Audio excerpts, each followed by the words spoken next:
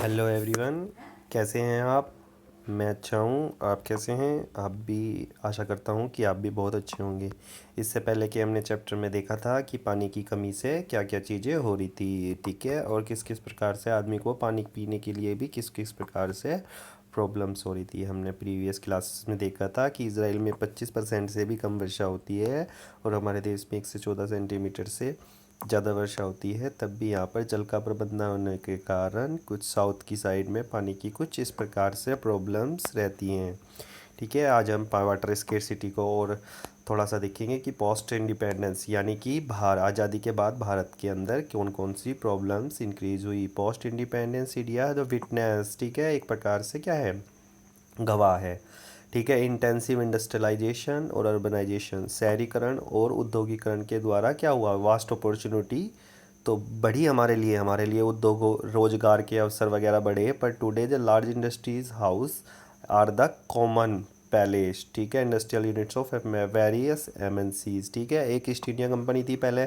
मगर आज हमारे देश में 10,000 से भी ज़्यादा मल्टीनेशनल कॉरपोरेशंस हैं और किसी भी कॉरपोरेशंस को शुरू करने के लिए सबसे ज़्यादा पानी की आवश्यकता होती है, ठीक है। Increasing number of industry has the made the matter the rose the existing the pressures the exist the fresh water resources. और इन किसी भी, चाहे वो पार्ले जी हो, चाहे वो चाय की पत्ती की टाटा हो या कुछ भी हो, सबको यूज़ करने के लिए इंडस्ट्रीज़ में पानी की, वाटर सप्लाई की आवश्यकता पड़ती है। और वाटर सप्लाई भी कौन सी, जिसको पीने के पानी बोलते हैं, हम फ्रेश वाटर बोलते हैं, ठीक है। हम देखते हैं कि और ये जो जो रिक्वायर है और इसको require the power to run them, और उनको पावर की भी ज़रूरत होती है। और इलेक्ट्रिसिटी क्या होती है, हाइड्रो इलेक्ट्रिसिटी जो पावर जनरेट जो होती है वो किसके द्वारा होती है, वो ज़रूरत होती है हमारी पानी के द्वारा। Today in India hydraulics electricity powers the contribute approximately 20% of the total electricity produce, ठीक है। 22% जो इलेक्ट्रिसिटी है वो पानी के द्वारा ही चलाई जाती है या बनाई जाती है। More over the multiply the urban centre the with the large and dense population the urban lifestyles have not added the to water and energy requirement, ठीक है। किसी भी, इसका कहने का मतलब यह है कि किसी भी गांव का निवासी हो, चाहे वो सोसाइटी हो, चाहे वो कॉलोनीज़ हो, ठीक है, किसी का भी काम बिना पानी के और बिना बिजली के नहीं चल सकता। अगर हमें ग्राउंड वाटर से पानी को निकालना है तो हमें पंपिंग डिवाइस लगानी पड़ेगी और पंपिंग डिवाइस को चलाने के लिए क्या चाहिएगी, इलेक्ट्रिसिटी चाहिएगी, ठीक है। Note, surprisingly, we find that the fragile water resources are being overexploited and have caused their depletion in several these cities, ठीक है। और जो बड़े बड़े सिटीज़ हैं उनके द्वारा वाटर का कंजप्शन ज़्यादा से ज़्यादा किया जा रहा है। क्यों? क्योंकि उसमें समरसेबल लगे हुए हैं या दूसरी चीज़ लगे हुए हैं। अगर हमें एक बाल्टी पानी चाहिए तो हम नलके से एक बट्टी पानी निकाल सकते हैं, मगर अगर हम समरसेबल चला के छोड़ देते हैं तो उसमें बहुत सारा पानी क्या हो जाता है, वेस्ट हो जाता है। So far we have focused on quantity aspects of water scarcity, हम क्या है कि वाटर की जो कमी है वो ज़्यादा से ज़्यादा बढ़ती जा रही। Now let us the consider another situation the where water insufficiently available to meet the needs of peoples but the area still suffers from the water scarcity. आपने देखा होगा साउथ की फिल्मों में बहुत सारी महिलाएं इस टंकी पे पानी के लिए लड़ती हैं, ठीक है। तो ऐसा क्यों होता है? क्योंकि वहाँ पर पानी की उपलब्धता नहीं है, क्योंकि वहाँ पर सारी की सारी जो भूमि है वो क्या है, वहाँ पर सारी की सारी जो भूमि है पूरी तरह से पठारीय है। और ठीक है, क्योंकि हमारे देश में इधरली उत्तर उत्तर के जो जितने भी मैदान हैं इनमें क्या है, इनमें नदियाँ ज़्यादा से ज़्यादा हैं, और इधर उत्तर की जो जितनी भी नदियाँ हैं ये सारी की सारी वर्ष भर इनमें पानी रहता है, ठीक है। और water scarcity, this scarcity may be due to the bad quality of water. और बैड क्वालिटी हो कैसे रही, ये चीज़ हम समझने की कोशिश करेंगे। There has been the growing concern that the ample of the water needs of people the much is polluted by the domestic and the industrial waste। आपने देखा होगा कि डोमेस्टिक यूजेस में क्या है कि कुछ जगह पर गंगा में क्या करते हैं लोग बाग, उसी में ही अपना बहुत सारा जो घरेलू जितना भी गंगा के किनारे शहर बसे हुए हैं, जैसे वाराणसी, ठीक है, बनारस या दूसरे जितने भी हमारे गंगा के किनारे जितने भी शहर बसे हुए हैं, तो इसके अंदर क्या करते हैं, अपने डोमेस्टिक यानी कि घरों में यूज़ करने वाला कुबाड़ डाल देते हैं। इंडस्ट्रियल वेस्ट, जितनी भी इंडस्ट्रीज़ हैं वे नदियों के किनारे बनी बनी हुई हैं, उसमें क्या होता है, केमिकल्स जाते हैं, पेस्टिसाइड्स आते हैं, फर्टिलाइजर्स जो हम एग्रीकल्चर प्रोडक्ट्स में यूज करते हैं, वो क्या होता है, इसके कारण क्या होता है कि पूरी की पूरी तरह से वाटर पोल्यूशंस जो होता है वो पूरी तरह से बढ़ जाता है, ठीक है।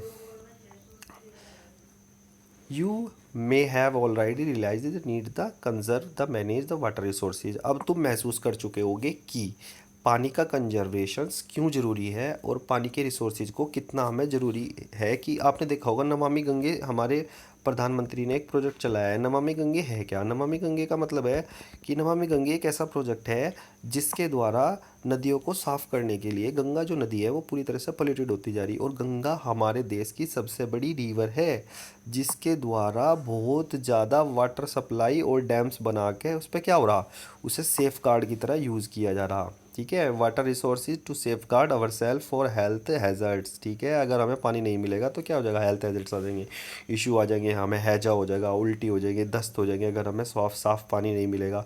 To ensure the food security, देखो किसी भी फूड सिक्योरिटी क्या है, फूड सिक्योरिटी का मतलब ये है कि फूड सिक्योरिटी होनी हमारे लिए इसलिए ज़रूरी है। Contribution of livelihoods and the productive activity in the also the prevent the degradations and natural ecosystem. अगर हम पानी को सुरक्षित नहीं रखेंगे तो हमारा क्या हो जाएगा, नेचुरल जो सिस्टम है, इकोसिस्टम है, वो पूरी तरह से प्रभावित हो जाएगा। नेचुरल इकोसिस्टम कैसे हो जाएगा, जैसे गंगेटिक प्लेन्स है, गंगेटिक प्लेन्स में क्या है कि आसपास जो नदियाँ बह रही इनके अंदर क्या होता है, डॉल्फिन या दूसरे जलीय जीव हैं और दूसरे जलीय जीव को जब साफ़ पानी नहीं मिल पाने का, जैसे गंगेटिक डॉल्फिन है, अब वो साफ़ पानी में रहती है, अब उसे पोल्यूटेड पानी में रहने की आदत नहीं है या पानी पोल्यूटेड पानी में वो मर जाती है। तो इस प्रकार से क्या होगा, जलीय जीवों का भी नुकसान होगा और हमें पूरी तरह से इकोसिस्टम जो है ना, इकोसिस्टम एक प्रकार का एनवायरनमेंट है और जो पूरी तरह से प्रभावित हो जाएगा। Over exploitation and mismanagement of water resources. ठीक है, the resources have the ecological crisis impact, और इकोलॉजिकल क्राइसिस आ जाएंगे आपके बेमौसम बरसात होगी, बेमौसम आपकी आंधी आएंगी, तूफान आएंगी, तो इस प्रकार की जो नेचुरल हैजर्ड्स हैं, सुनामी वगैरह की घटनाएं ज़्यादा से ज़्यादा बढ़ जाएंगी। तो what is a multipurpose river project? ठीक है, and integrated water resources management. Multi river project है क्या? मल्टी रिवर प्रोजेक्ट का मतलब है बहुउद्देशीय नदी परियोजना। बहुउद्देशीय नदी परियोजना का मतलब है कि नदियों के ऊपर जो डैम बनाए जा रहे वो किसी एक सिंगल काम के लिए नहीं बनाए जा रहे, क्योंकि हम उस डैम से क्या कर सकें, हम उस डैम की सहायता से एग्रीकल्चर्स के लिए, खेती के लिए पानी की सुविधा अवेलेबल करा सकें, फिर हम उस डैम से क्या कर इलेक्ट्रिसिटी जनरेट कर सकें। ठीक है, इस प्रकार से क्या है कि अलग अलग उद्देश्यों के लिए, एक उद्देश्य के लिए नहीं कि सिर्फ हमें इलेक्ट्रिसिटी प्रोड्यूस करनी है, हम उसे अलग अलग उद्देश्यों के लिए यूज कर सकते हैं। तो हम इसे समझने की कोशिश करते हैं। एंड इंटीग्रेटिव वाटर रिसोर्सेज, और पानी को पूरी तरह से एक जगह पर इकट्ठा भी किया जा सकता है और जिससे हम पानी का प्रबंधन कर सकते हैं, वर्षा के जल को रोक कर रख सकते हैं, फ्लड कंट्रोल कर सकते हैं इससे, जिससे कि दूसरे क्षेत्रों में बाढ़ ना आए। How do we conserve and manage the water? ठीक है, archaeological and historical record show that from ancient time the we have been constructed the sophisticated hydraulic structure like a dam. हम देखते हैं पुराने समय से ही क्या है कि हमने बहुत प्रकार के क्या है, पुराने समय से ही हमने डैम वगैरह बनाए, चाहे वो इल्तुतमिश के टाइम में डैम बनाया हो, चाहे वो चंद्रगुप्त मौर्य के टाइम में डैम बनाया हो। ठीक है, स्टोन रबल्स एंड रिजर्वेशंस और लेक्स। ठीक है, ये हम लेक्स वगैरह क्यों बनाते थे, इम्बार्कमेंट्स एक प्रकार का डैम है। ये कैनल्स फॉर इरिगेशन, जो नहरें बनाई गई थी जैसे इल्तुतमिश के समय में या फिर दूसरे राजाओं के, कलिंग के समय में, इलैंक्स कलिंग राज्य में कैनल्स बनाई गई थी, तो इसलिए बनाई गई थी, नहरें इसलिए बनाई गई थी। आप अपने आसपास देख सकते हो जितनी भी नहरें वगैरह हैं, तो ये इरिगेशंस में हमारी हेल्प करती हैं। ठीक है, this tradition the modern India the building by the dam most important the river basins. ठीक है, नदियों के क्षेत्र में, रिवर बेसिन का मतलब है नदियों के क्षेत्र में, नदियों के आसपास का जो एरिया है उसमें ही रिवर डैम बनाए जाते हैं। जैसे कृष्णा गोदावरी पे बनाया गया है, कौन सा, ठीक है, कृष्णा गोदावरी पे बनाया गया है डैम, जैसे चंबल नदी पे बनाया गया है राणा प्रताप सागर डैम। तो इस प्रकार से अलग अलग डैम बनाए गए हैं। Hydraulic structure in ancient India, यानी कि पुराने समय में किस प्रकार से पानी का संरक्षण किया जाता था। In first century BC the Sringaverapura में क्या था कि नियर इलाहाबाद में, इलाहाबाद के आसपास था, ये had sophisticated water harvesting system the changing the flood and water river of Ganga. ठीक है, और ये क्या था, पूरी तरह से बाढ़ को कंट्रोल करने के लिए ये रिवर सिस्टम बनाया गया था। ये एक डैम था किसके, श्रीनिवासपुरम, श्री, हाँ, इलाहाबाद के आसपास ये डैम बनाया गया था। ठीक है, during the time the Chandragupta Maurya dams lake. ठीक है, चंद्रगुप्त मौर्य के टाइम में लेक बनाई गई थी। Irrigation system were the extensive the build, irrigations क्यों बिल्ड किए गए थे? ताकि बारिश के पानी को ज़्यादा से ज़्यादा सिस्टम को सेव किया जा सके, ठीक है, और रेन हार्वेस्टिंग की जाए। जो वाटर पानी यानी कि जितना भी हम रेन के पानी को, बारिश के पानी को इकट्ठा करेंगे उतना ही ज़्यादा से ज़्यादा हमारे पास पानी होगा और हम अपने पानी का यूज़ करके हम अलग अलग बेनिफिट कर सकते हैं, अपनी एग्रीकल्चर को ग्रोथ कर सकते हैं। Evidence is sophisticated irrigations work have been the found in the Kalinga. हम देखते हैं कि कलिंग में भी, कलिंग जो है आज का ओडिशा है, ठीक है। हमारे राष्ट्रगान में एक शब्द आता है उत्कल, और इसका पुराना नाम उत्कल भी है, ठीक है। नागार्जुनकोंडा आंध्र प्रदेश में एक डैम बनाया गया है। बेन्यूर कर्नाटक में डैम बनाया गया है। कोल्हापुर महाराष्ट्र में एक डैम बनाया गया है। इसके एविडेंस हैं कि पुराने समय में जो सिंचाई की जाती थी तो वो किस प्रकार से डैम बना के की जाती थी, ठीक है। फिर देख सकते हैं हम कि 11वीं सेंचुरी भोपाल लेक बनाई गई थी, ठीक है। ये लार्जेस्ट आर्टिफिशियल लेक थी। आर्टिफिशियल लेक वो होती है जो मनुष्य के द्वारा बनाई जाती है, और जो प्रकृति में नदियों के द्वारा खुद बनाई जाती हैं वे नेचुरल लेक होती हैं, ठीक है। और 14वीं सेंचुरी में टैंक बनाए गए थे हौज खास, जिसका नाम था हौज खास, और ये बनाए गए थे किसमें?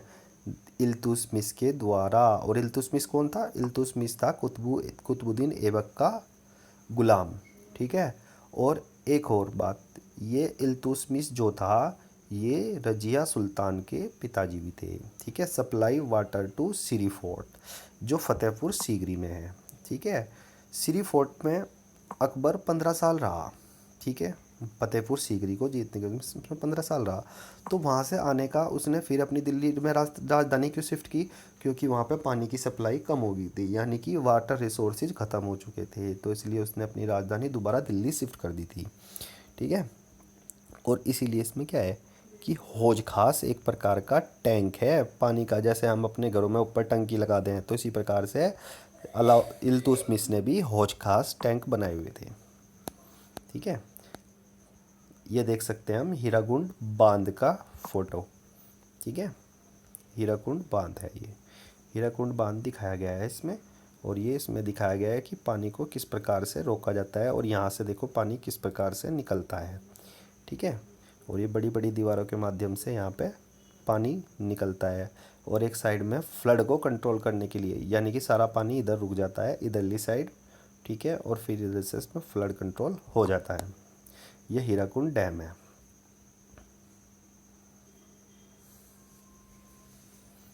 ठीक है।